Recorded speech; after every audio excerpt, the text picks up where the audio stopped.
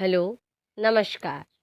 आज आप सुन रहे हैं प्रेमचंद की कहानी यह भी नशा वह भी नशा।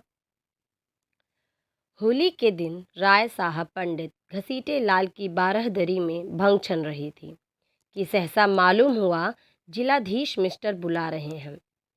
बुल साहब बहुत ही मिलनसार आदमी थे और अभी हाल ही में विलायत से आए थे। भारतीय रीति नीति के जिज्ञासु थे।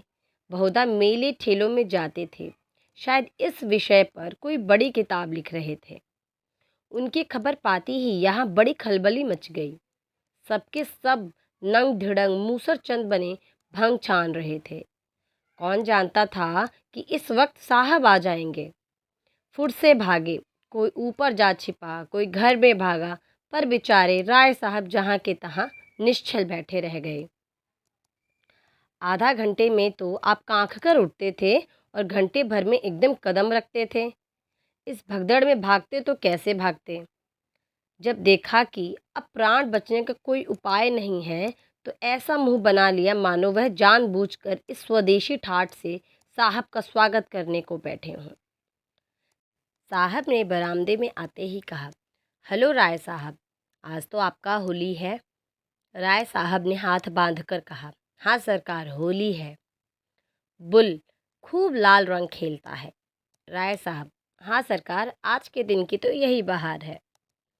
साहब ने पिचकारी उठा ली। सामने मटकों में गुलाल रखा हुआ था। बुल ने पिचकारी भरकर पंडित जी के मुंह पर छोड़ दी तो पंडित जी नहीं उठे। धन्य भाग, कैसे यह सौभाग्य प्राप्त हो सकता है। वाह रे हाकिम, इसे प्रजा वात्सल्य कहते हैं।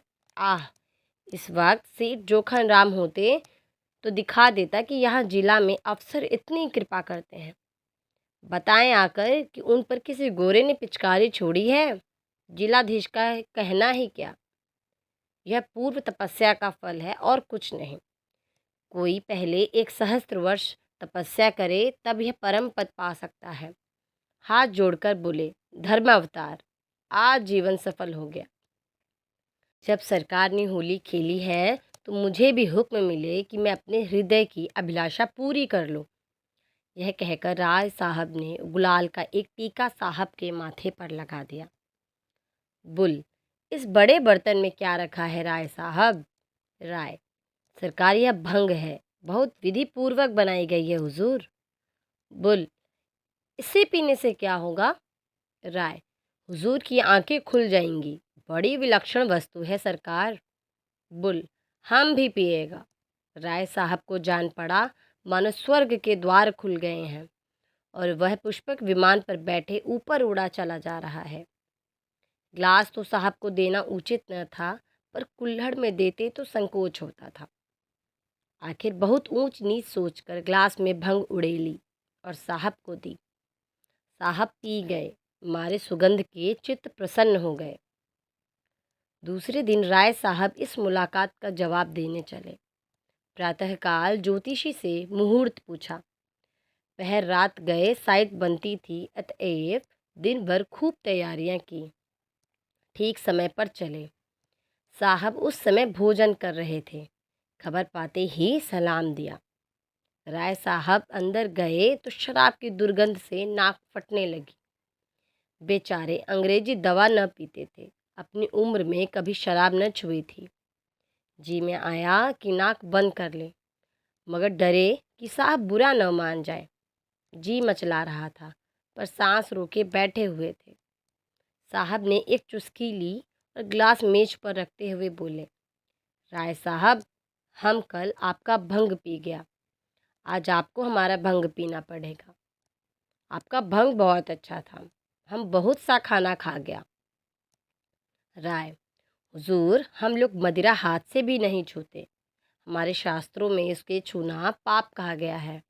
बुल, हंसकर, नहीं नहीं, आपको पीना पड़ेगा राय साहब, पाप पुण्य कुछ नहीं है। यह हमारा भंग है, वह आपका भंग है, कोई फर्क नहीं। उससे भी नशा होता है, इससे भी नशा होता है, फिर फर्क कैसा। राय, नहीं धर्मावतार, मदिरा को हमारे यहाँ वर्जित किया गया है। बुल, ऐसा कभी होने नहीं सकता। शास्त्र मना करेगा तो इसको भी मना करेगा और उसको भी मना करेगा, अफीम को भी मना करेगा। आप इसको पिए, डरे नहीं, बहुत अच्छा है। ये कहते हुए साहब ने एक गिलास में शराब उड़ेलकर राय साहब के मुंह से लगा ही तो दी। राय साहब ने तो मुंह फेर लिया और आंखें बंद करके दोनों हाथों से साहब का हाथ हटाने लगे। साहब की समझ में यह रहस्य न आता था। वह यही समझ रहे थे कि यह डर के मारे नहीं पी रहे हैं। अपने मजबूत हाथों से राय साहब की गर्दन पकड़ी और गिलास मुंह की तरफ बढ़ाया। राय साहब को अब क्रोध आ गया। साहब खातिर से सब कुछ कर सकते थे पर धर्म नहीं छोड़ सकते थे। ज़रा कठोर स्वर में बोले, हुजूर, हम वैष्णव हैं, हम इसे छूना भी पाप समझते हैं। राय साहब इसके आगे और कुछ न कह सके। मारे आवेश में कंठ अवरोध हो गया। एक क्षण बाद ज़रा स्वर को संयत करके बोले, हुजूर, भंग पवित्र वस्तु है। ऋषि, मुनि, साधु, महात्मा, देवी देवता सब इसका सेवन करते हैं। सरकार, हमारे यहाँ इसकी बड़ी महिमा लिखी है। कौन ऐसा पंडित है जो बूटी न छानता हो? लेकिन मदिरा का तो सरकार हम नाम भी लेना पाप समझते हैं। बुल ने गिलास हटा लिया और कुर्सी पर बैठकर बोला, तुम पागल का माफिक बात करता है। धर्म का किताब भंग और शराब दोनों को बुरा कहता है। तुम उसको ठीक नहीं समझता। नशा को इसलिए सारा दुनिया बुरा कहता है कि इससे आदमी का अक्ल खत्म हो जाता है। तो भंग पीने से पंडित और देवता लोगों का अक्ल कैसे खपत नहीं होगा, यह हमें नहीं समझ सकता। तुम्हारा पंडित लोग भंग पीकर राक्षस क्यों नहीं होता? हम समझता है कि तुम्हारा पंडित लोग भंग पीकर खप्त हो गया है। तभी तो वह कहता है कि यह अछूत है, वह नापाक है, रोटी नहीं खाएगा, सिर्फ मिठाई खाएगा। हम छू ले तो तुम पानी नहीं पिएगा। यह सब खप्त लोगों की बात है। अच्छा, सलाम। राय साहब की जान में जान आई। गिरते पड़ते बरामदे में आए, गाड़ी पर बैठे और घर की राह ली।